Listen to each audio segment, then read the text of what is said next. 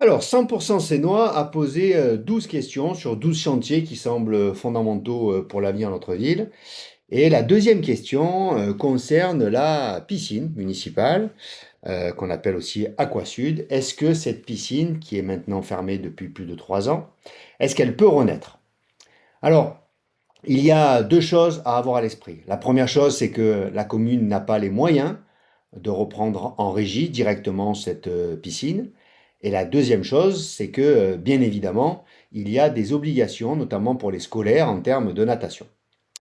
Donc, il n'y a pas 40 possibilités. Aujourd'hui, les équipements ont vieilli. C'est une piscine qui n'est plus aux normes, qui doit être entièrement, quasiment refaite.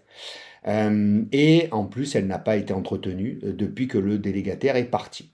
Donc il n'y a que deux possibilités. La première possibilité, c'était mon premier souhait, que la métropole récupère cet équipement. Il faut bien que la métropole serve aussi à quelque chose. Un équipement comme celui-ci sur l'Ouest Var, ça serait une opportunité pour les Sénois, les Sifournais, les Toulonnais aussi de l'Ouest Var, et même les communes aux alentours. C'est la première hypothèse. Hypothèse qui apparemment n'est pas retenue par l'actuel président de la métropole, mais peut-être que ce président changera en mars prochain, donc on verra bien.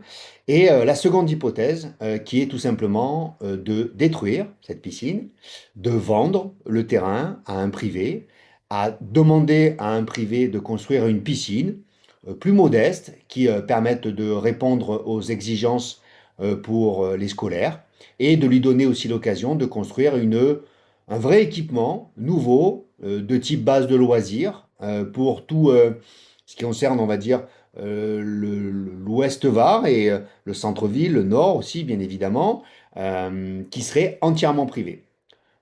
Double occasion de récupérer de l'argent dans la vente de ce terrain et ensuite double occasion de pouvoir, bien évidemment, payer les cours des scolaires, ce qui est tout à fait normal puisque c'est la commune qui en est responsable. Mais pour tout le reste, ben, cet équipement serait entièrement privé et ne coûterait plus rien à la collectivité.